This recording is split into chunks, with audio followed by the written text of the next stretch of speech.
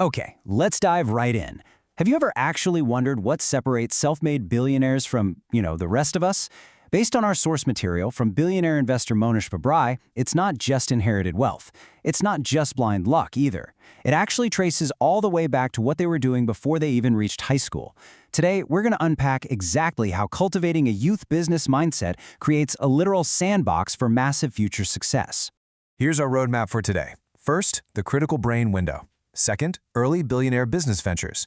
Third, the myth of high risk. Fourth, the lemonade stand advantage. And finally, guiding your child's interests. We're going to cover the neuroscience of early specialization, bust some major myths about risk-taking, and give you a clear playbook for guiding the kids in your life today. Let's start with Section 1, the critical brain window. So this whole concept builds on the literal biology of our brains. When we're born up to about age 5, the brain is our fastest growing organ. Neuron connections are just expanding exponentially. But here's the wild part. Between the ages of 11 and 20, the brain actually starts pruning those connections down. It does this to set up specialization. It's this absolutely crucial developmental window, and honestly, our standard education system completely misses it. And capitalizing on that early window is incredibly powerful. Just think about legends like Michelangelo, Bill Gates, or Warren Buffett. They all began their deep dive right around age 10 or 11. Bill Gates writing code at 10 meant he was building a level of expertise and a deep-seated motivation that someone starting at 20 simply could not match, even if that 20-year-old coded until they were 50. Experiencing that kind of early mastery, it just fuels this profound, lifelong drive. The cake is essentially baking during this teenage years, so what you put into the mix matters immensely. Which brings us to Section 2, early billionaire business ventures. How do you actually use that window to build business skills? Let's look at Warren Buffett. We think of him as this investing god, right? But he was a junior businessman long before that. During his critical brain window, he experimented with a huge volume of ideas.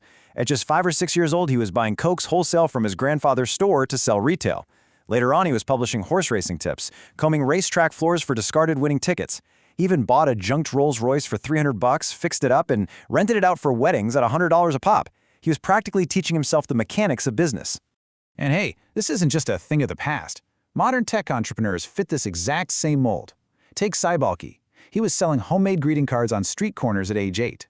By 11, he was already building websites. These kids were actively engaging their brains in complex entrepreneurial problem-solving long before middle school. Moving on to Section 3, the myth of high risk. We've got to address this head-on because it's a huge misconception. Are these young minds learning to be reckless gamblers? Public perception generally tells us that entrepreneurs are these wild risk-takers, putting everything on the line, stepping on the gas, and just hoping for the best. But that perception? It's completely backward. Great entrepreneurs, even 15-year-old kids dabbling in a side hustle, are actually ruthless risk minimizers. They aren't looking for high risk. They are actively hunting for low-risk, high-return setups. They are literally doing everything in their power to radically minimize their downside and protect their capital.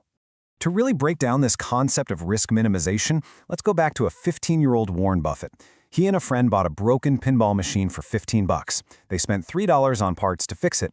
Then, they pitched local barbershops to put the machine in the corner for a 50-50 split of the coins. Think about the worst-case scenario here. If nobody plays it, they just sell the fixed machine and get their $18 back. Their actual risk was practically zero, but the upside? Huge. They made back a massive chunk of their capital in the very first week. That is how you learn asymmetrical upside without risking financial ruin. All right, Section 4, the lemonade stand advantage. Monish Pabrai has his fascinating rule of thumb. When he evaluates a CEO, he actively tries to find out if they ran a lemonade stand when they were 12. Why? Because if they didn't run that lemonade stand at 12, they probably aren't going to be that great at business at age 30. The reasoning here is absolutely fascinating. Figuring out the pricing, the product, and the location for a tiny little street corner lemonade stand uses the exact same part of the brain as allocating billions of dollars for a multinational corporation. It's the same neural pathways. By starting small and starting early, these kids are literally encoding the rules of capital allocation deep into their neurological wiring. Finally, Section 5, guiding your child's interests. How do parents and mentors properly guide these interests? Pabrai shares this wild story about his own dad. His father was an aggressive entrepreneur, and the family business was constantly in financial turmoil. Most parents would hide that stress, right? Not his dad. He brought 9-year-old Monish and his brother in as his board of directors. Every night, they'd sit down and brainstorm how to keep the business alive for just one more day. Pabrai said that by the time he was 12, he'd essentially completed multiple MBAs just by participating in those high-stakes adult business conversations. So how can we actually apply this? The sources give us a clear playbook. First, identify what excites them. They don't have to literally sell lemonade. They just need to find their specific passion. Second, encourage those low-risk, small-scale experiments to teach them how to protect their downside.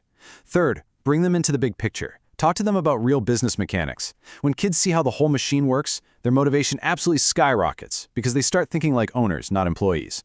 And lastly, step back and let them execute. That execution is where the real learning happens. So I'll leave you with this. Knowing that the teenage years are a massive window for brain specialization, and knowing that world-class business skills are built through tiny, low-risk early ventures, what lemonade stand could a young person in your life start tomorrow? Help them find their sandbox today, and you might just be setting them up for a lifetime of extraordinary success.